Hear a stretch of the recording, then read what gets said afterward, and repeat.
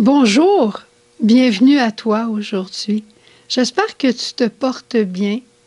J'ai une question assez particulière pour toi en ce début de semaine. Est-ce que ça t'arrive, toi aussi, des fois, d'être aux prises avec des culpabilités, des choses du passé? Eh bien, si oui, ou si tu connais des gens comme ça, je vais te raconter un peu l'histoire de David qu'on vient d'entendre au cours des derniers jours et dont on a encore une partie du récit dans le livre de Samuel à la lecture de ce jour.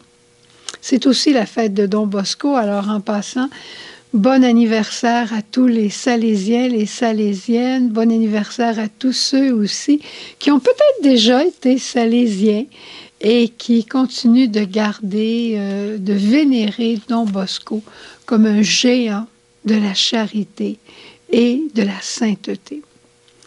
Et en passant, deux petites annonces. Notre neuvaine de la charité qui commencera samedi prochain, je t'en ai parlé hier, je te le redis, n'oublie pas d'inviter tes amis, tes voisins, ça va faire du bien à tout le monde. Et avec ça, on va pouvoir changer notre monde. Pourquoi? Parce que en changeant soi-même, c'est le monde qui change. Et Dieu prend nos efforts, puis il les envoie à Ottawa, il les envoie partout sur la terre. L'autre chose, le livre dont je t'ai parlé hier sur la miséricorde que nous avons en spécial à ce moment ici, au lieu de 23 $ à 11 $, attends de recevoir le livre et la facture avant de faire ton paiement pour bien voir les frais de poste. Je ne les connais pas, alors attends de le recevoir avant de faire le paiement ou le virement. Et si tu veux le commander, ben, tu fais comme d'habitude, tu m'écris à Message Lumière. Alors, l'histoire de David, ça veut dire le bien-aimé. On sait que David est devenu, il était un petit berger, le fils de Jessé. Saül est venu réclamer un choisi de Dieu pour lui succéder et aussi pour l'apaiser avec ses chants. Et il a choisi David, le dernier de la famille de Jessé. David est devenu très, très populaire parce qu'il a combattu le Philistin et il a gagné. Alors Saül est devenu très jaloux de lui et grâce, je dirais, beaucoup à l'amitié de David pour Jonathan, le fils de Saül, et grâce aussi beaucoup à la charité de David. Grâce à la bonté de David qui n'a pas voulu tuer le roi alors qu'il aurait pu le faire, par respect de sa royauté, eh bien, Saül s'est converti aussi. Mais voilà que David, quand il est devenu roi, il est devenu très populaire. Et en lisant le texte dans la Bible, j'étais frappée de voir que chaque fois que David partait à la guerre, il priait le Seigneur avant pour savoir où aller, comment faire, quelle stratégie prendre. Et le Seigneur lui répondait. C'était vraiment un intime avec le bon Dieu. Et voilà qu'un jour, alors que tous les rois partaient en guerre, que David envoya Joab à sa place pour faire le siège à Rabat. Et lui, c'était pas ce qui l'intéressait à ce moment-là. Il est resté chez lui. Moi, je dirais simplement, il n'était plus dans son devoir d'État. Mais bref, il est resté chez lui et on sait le reste de l'histoire. Il a été séduit par la femme de Uri, le Hittite. Et elle était belle, il a couché avec elle et elle est devenue enceinte. Il a tout fait pour cacher son péché, mais ça n'a pas fonctionné. Alors, en finale, il a éliminé Uri et il a épousé Bethsabée, la belle dame qui était enceinte. Le bon Dieu a reproché à David, évidemment, son péché. Il lui a montré, il lui a... Par Nathan, le prophète, Nathan est allé voir David. Il a raconté à David une histoire, une parabole, en lui disant un homme riche, riche, riche veut faire un banquet et il décide de demander la brebis du voisin qui a seulement une brebis. Lui, l'homme riche, il a un gros troupeau, mais il va voler la brebis de l'homme pauvre à côté. Qu'est-ce que tu penses de cette histoire, David? David dit, cet homme mérite la mort. Et bien Nathan dit, cet homme-là, c'est toi, David. Alors David reconnaît son péché, il le pleure amèrement et il dit au Seigneur, j'ai péché contre toi. Et je te demande vraiment pardon et ça va nous donner le psaume 50. Alors le Seigneur Dieu lui a pardonné, il lui a fait miséricorde, il a allégé la punition qu'il avait pour David. Il l'a puni, mais il a allégé la punition qu'il avait pour lui. Et on voit à ce moment ici David, l'objet de la sainte miséricorde de Dieu. Dieu aime tous ses enfants. Il t'aime, il m'aime, il t'aime dans tes 400 coups, il m'aime dans mes 1000 coups. Il sait de quoi nous sommes pétris, il sait ce que nous avons fait de mal, il sait tout ça, il continue de nous aimer et de vouloir nous couvrir de sa miséricorde. Il veut faire de nous, comme de David, des chefs-d'œuvre de miséricorde.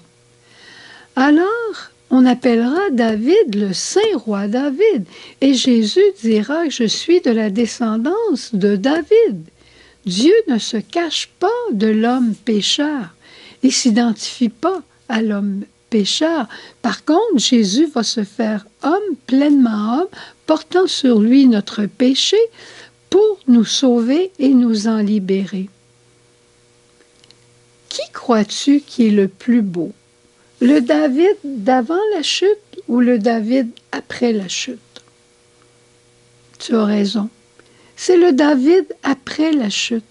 Parce que ce David a été couvert de la miséricorde, de la sainte miséricorde de Dieu, qui est le plus grand attribut de Dieu. Et c'est ainsi qu'on parle du Saint Roi David. Nous aussi, on en a fait des fautes, on en a fait des erreurs, puis des fois on a fait des chutes magistrales. Et le Seigneur nous a pardonné si on lui a demandé pardon. Et il veut toujours nous pardonner dès qu'on reconnaît notre erreur. Très souvent, puis j'ai vu ça dans le ministère, des personnes qui nous disent « Ah, moi, je ne sais pas si le bon Dieu m'a pardonné. Moi, je porte toujours une faute du passé que je garde toujours au fond de mon cœur. Est-ce que tu l'as donné au Seigneur, au sacrement du pardon? Oui, je lui ai donné, mais je ne sais pas s'il pouvait me pardonner. Je ne sais vraiment pas si j'ai dit les choses comme il faut, si le bon Dieu a tout compris. » Le bon Dieu, il avait tout compris. Le bon Dieu, il savait bien plus que toi. Il attendait juste ton retour, comme l'enfant prodigue. Il ne t'a pas demandé de faire une description longue. Mais il faut faire attention à cette culpabilité, parce que ça, c'est vraiment la présence de l'ennemi, de Satan, qui vient nous ronger et qui nous donne la peur de la mort. Alors, si tu veux avoir l'âme en paix, là, prends donc les devants, puis va au sacrement du pardon dès que tu le pourras. Puis quand tu as besoin de voir un médecin, tu l'appelles. Hein? Si tu as besoin de voir un prêtre, appelle un prêtre. Prends rendez-vous, puis fais une confession générale, pas de tout raconter de toute ta vie, de tous les détails et de tous les faits et gestes. Mais certaines choses qui te pèsent plus sur la conscience, remets-les au Seigneur et demeure ensuite en paix. Et quand la mort arrivera, pour te cueillir, quand la mort arrivera chez toi et que Jésus viendra te cueillir, tu seras dans une grande paix et tu chanteras « Ta miséricorde, ô mon Dieu, je veux la chanter tous les jours de ma vie. Je veux l'accueillir comme un pauvre pour aimer et servir tous les miens. » Je suis chef-d'œuvre de miséricorde et c'est à ce titre que je t'annonce la grandeur de Dieu. Au revoir, bonne journée.